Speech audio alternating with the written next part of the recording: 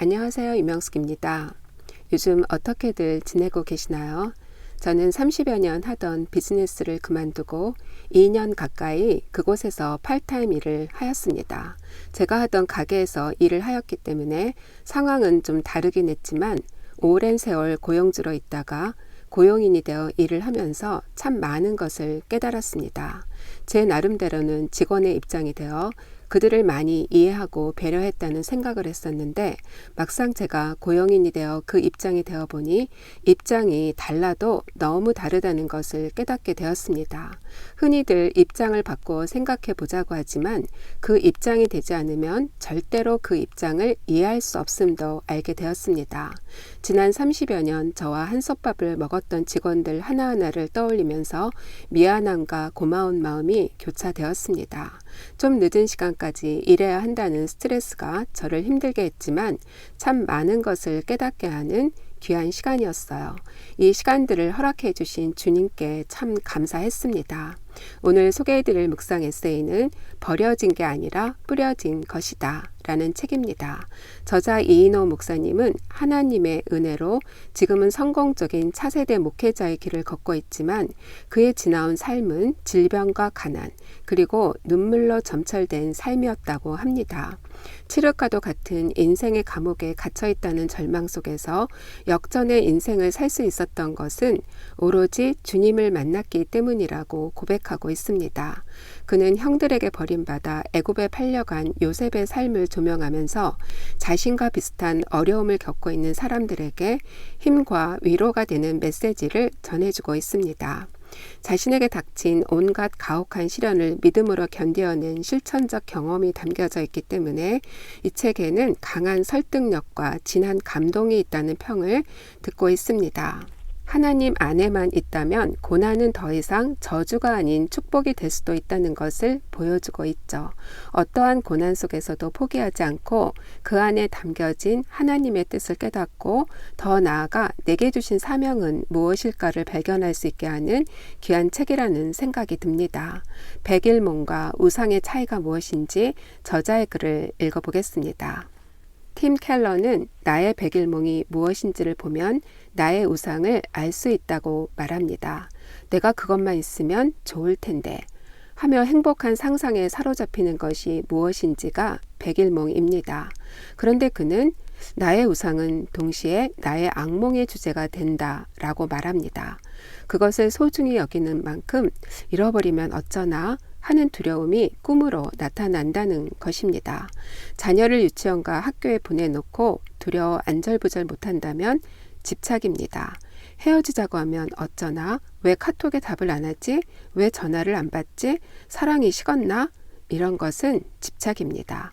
우상의 수준으로 나아가고 있는 것입니다. 저의 우상 중 하나는 설교인 것 같습니다. 설교를 잘할 때 너무 행복합니다. 은혜롭고 영향력 있는 설교자가 되는 것을 상상합니다.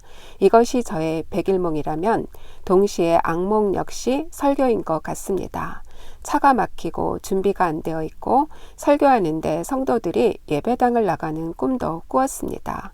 나도 모르게 내 설교로 교회를 이끌어 간다고 생각한 것입니다. 이것을 깨달은 후부터는 설교 준비에 지나치게 집착하지 않습니다.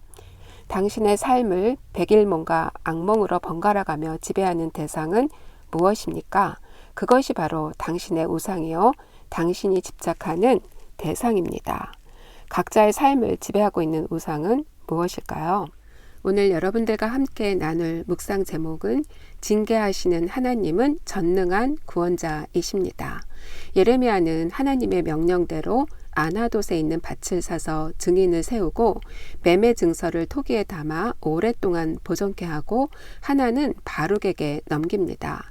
정하신 때에 반드시 일상의 삶으로 돌아온다는 하나의 증표를 세운 거죠. 그리고 예레미야는 그렇게 밭을 사게 하신 전능자 하나님께 간절히 기도를 합니다. 만군의 여호와 하나님은 강한 손과 펴신팔로 이스라엘 백성들을 애굽에서 젖과 꿀이 흐르는 가나안 땅으로 인도해 주셨어요. 하지만 이스라엘 백성들은 하나님 명령에 불순종하고 여호와를 경노케 했습니다. 그들이 내게 등을 돌리고 얼굴을 내게로 향하지 않고 내가 끊임없이 가르치는데도 내 교훈을 받아들이지 않고 바알의 산당을 건축하고 자녀들을 몰래 앞으로 지나게 하는 가증한 일을 행했다. 이것은 내가 명령한 것도 내 마음에 둔 것도 아니다. 왕과 고관, 제사장, 선지자, 백성에 이르기까지 모두가 그렇게 했다는 거예요. 예레미야가 간절히 기도했지만 나는 여호와 모든 육체의 하나님이다. 내게 할 수 없는 일이 있겠느냐? 너희가 살고 있는 이 땅을 바벨론에 넘겨줄 수밖에 없다. 이렇게 말씀하시는 거예요.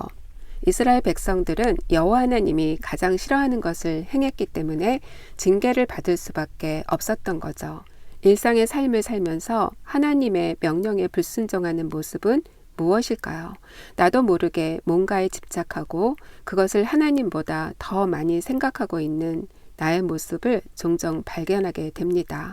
나의 삶을 백일몽과 악몽으로 번갈아가며 지배하고 있는 대상이 무엇인지를 나는 분명히 알고 있습니다. 오스왈드 챔버스는 이렇게 이야기하네요. 거듭난 성도는 자신이 주도권을 잡으려 하지 않고 성령께서 이끄시는 길로만 따라간다 라고요. 나도 모르게 탐욕에 이끌려 뭔가에 집착하고 있을 때 진정한 구원자이신 성령님께 의탁하며 그분의 말씀에 순종하여 마음을 지키는 지혜로운 삶을 살게 되기를 소망합니다.